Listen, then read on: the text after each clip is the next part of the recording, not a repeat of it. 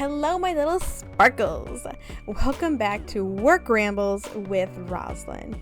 If you've been following the saga of these work rambles, then you should know that I've left the daycare life, and I said that I went to professional counseling at this point, but I forgot some other parts, and actually quite a number of other parts. But at this point, I gone to an internship, and I had to do something else.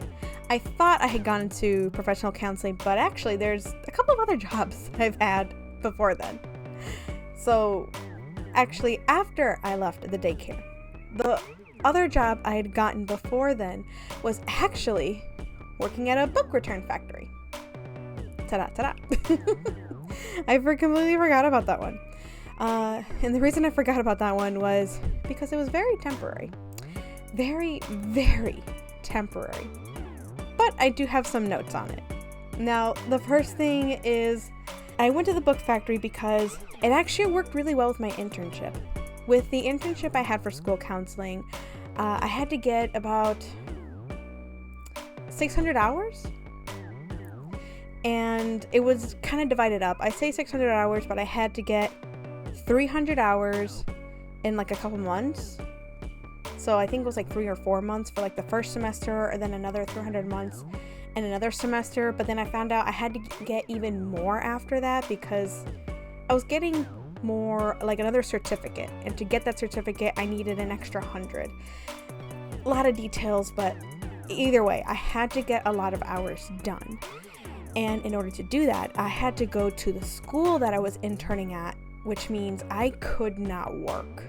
It took up a majority of my day, a majority of my time, which means I could only work a weekend. But how am I supposed to do that and get, healthcare, health insurance, and like pay my bills and stuff? And that's when this opportunity for me to work at a book return factory came up. I signed up for it, and how it worked is I would actually work only the weekend. I would work Friday, Saturday, and Sunday for 10 hours a day. And I would have the rest of the week essentially off. But in that case, I would be, doing my internship. And they actually covered health insurance.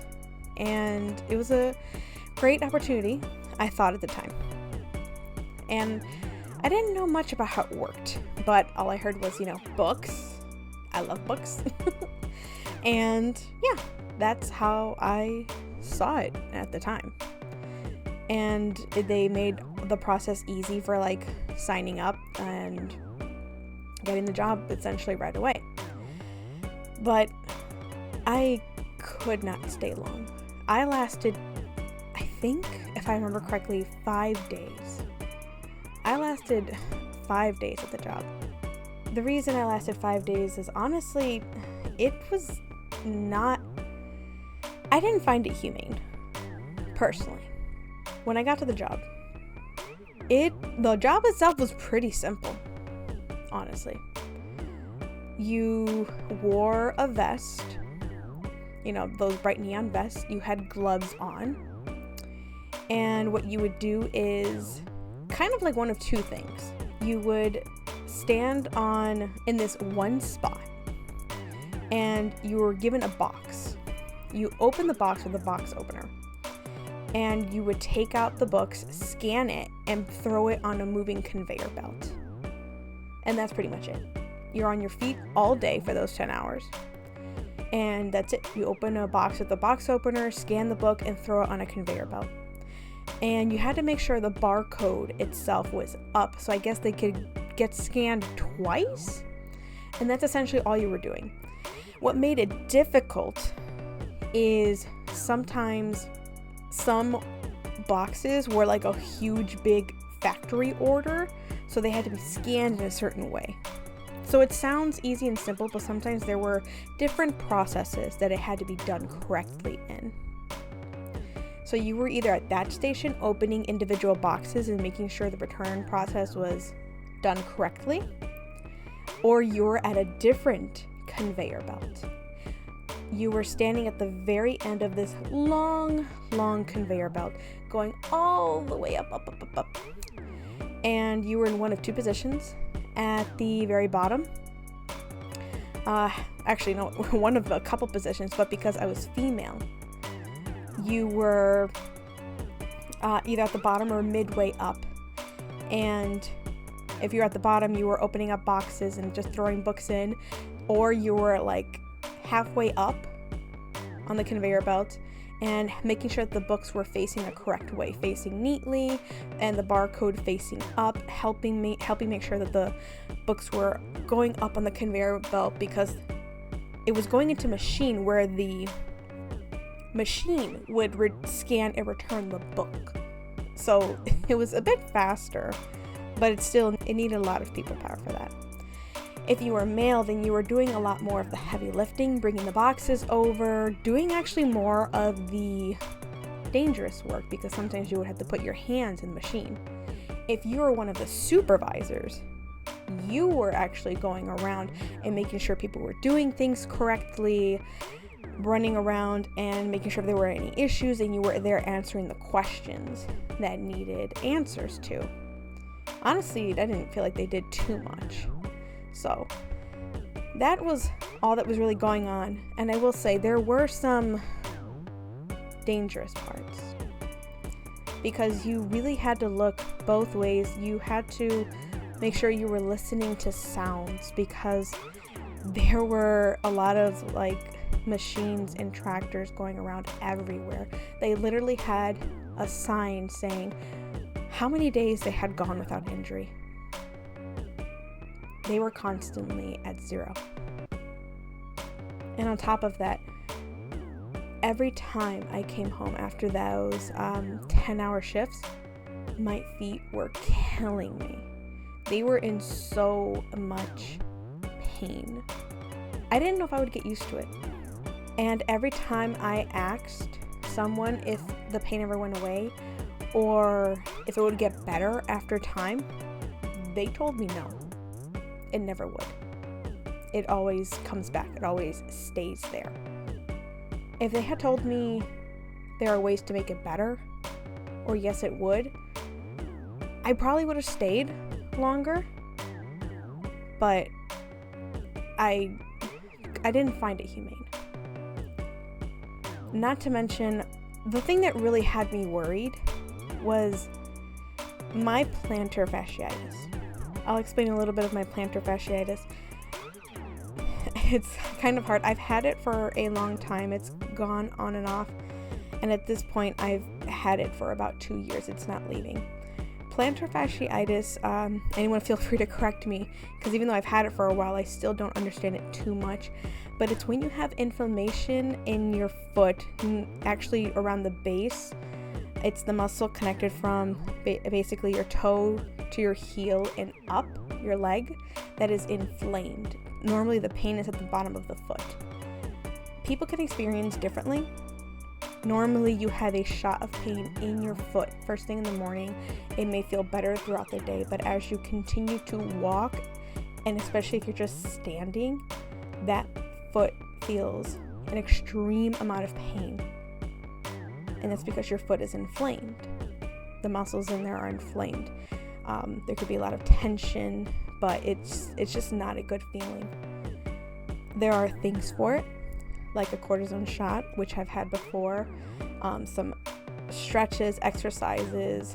You can roll a tennis ball under the foot, a water bottle, but you need to keep moving. There's some physical therapy, and I've been through all of it. The first time I had it, I got the cortisone shot. It got rid of it for like a year, for a couple years. Then it came back. I got medication. It got rid of it.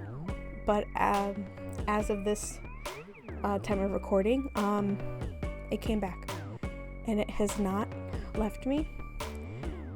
I've tried a bunch of things. It's still not leaving me alone. It's been going on for 2 years. Tried 3 different kinds of shots. It has not left me. Physical therapy has not helped it improve whatsoever. And the multiple doctors that I've gone to are trying to figure out what's going on and can't figure out anything. MRI, some kind of, I forgot what it was called, electro something test, and nope, can't see anything. We're trying different things, shoes and stuff. There are surgeries, We're just seeing at what point I am to see if we even need it, but it's not fun. And I wasn't at that point when I went to this book return factory, but I was very scared that it would come back, because I knew that I had plantar fasciitis. At that point I didn't have it, but I was afraid that it would come back, because I knew that standing all day would trigger it. So after 5 days, I contemplated going back for my 6th day. I contemplated it. And I contemplated it because there were some good things about the job. Like, there were people that spoke Spanish, and I lived far away from my family. And it reminded me a lot about them. I feel closer to my heritage. Speaking with so many wonderful women, being encouraging to each other, being friendly, hearing my language and being able to practice it more. I feel like I mostly speak Spanish, but there are things that I could learn and improve on, and being able to practice and speak with them, it felt good. It felt good being able to talk with them. And I did try to stay. I was technically a full-time employee because I worked 3 days. But I did see a sign that said that they hired temp hires.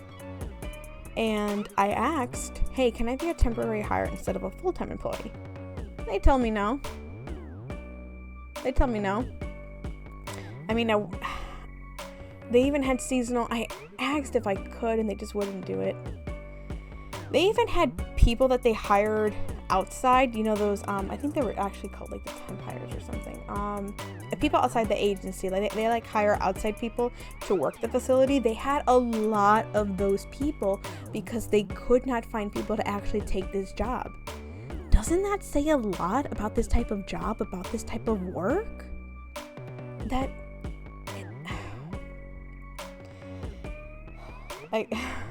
The other thing though too is that I was working there, and I was working at both of these types of conveyor belts, and they told me, hey, you're not working fast enough.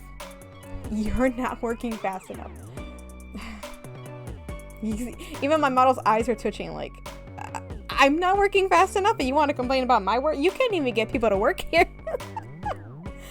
Oh gosh. They wanted me to go faster. Like, I'm just a person. I'm just a human being. Like, I'm trying. I wasn't even there for a week. I barely started. This was like my 3rd day, and you're telling me I'm slow? Like, I'm doing it on purpose. Anyway. She wasn't saying it in a mean way, but still, I just started, and you're telling me I'm slow? Okay. You can hear I'm mad about it, but okay. But yeah, the other thing too, I liked the people that spoke Spanish, but it was a mind-numbing job. I don't know. I can do mindless work like that. Grab a book, put it on a belt, throw. Grab a book, scan it, put it on a belt. I didn't mind it. My mind wandered off. I can daydream all day.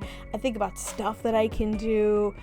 I could do this. I don't mind doing tasks like that. Those are some of my favorite kinds of work. So I really didn't mind it. But I couldn't deal with the pain. I couldn't deal with the idea that my plantar fasciitis would come back tenfold. So I did try to talk to the supervisor, and I told her about my concerns. And she said, oh, if you're saying you don't want to come back tomorrow, that's fine. You can take a day off. That's okay. I didn't say that. I didn't say I didn't want to come in tomorrow. I'm talking about my concerns about what might happen to my feet. Like, I said that I was concerned about my feet. No advice. She just thinks that I'm saying I don't want to come in tomorrow. So the next day I just sent a message saying I'm not coming in at all. I wasn't going to come back at all. And I'll be honest, I felt ashamed. I felt very disappointed in myself because I have never done that before. I have never quit a job on the spot over text or anything like that. I always want to be professional. I always want to leave with like a 2-week notice and stuff. And I know jobs at this point don't deserve that, especially if they're like rude to you and stuff. And honestly, they could fire people without a 2-week notice or anything, and they don't care. But I don't want to be like that. Not to mention that I was not in a financial position to just be doing that, especially during COVID, because if I applied for, unemployment and stuff, they were going to look into it. I wasn't going to get any of the benefits and stuff. So I was terrified. I was upset with myself that I quit, that I didn't have a job anymore. And all I had was an internship that was preventing me from getting a job. I didn't know what to think. I didn't know what to look for. I was just upset at myself at the time. But I did find a job as a substitute teacher during COVID. And I can't wait to share that story with you, Sparkles. Anyways, my Sparkles, I'll see you for the next one.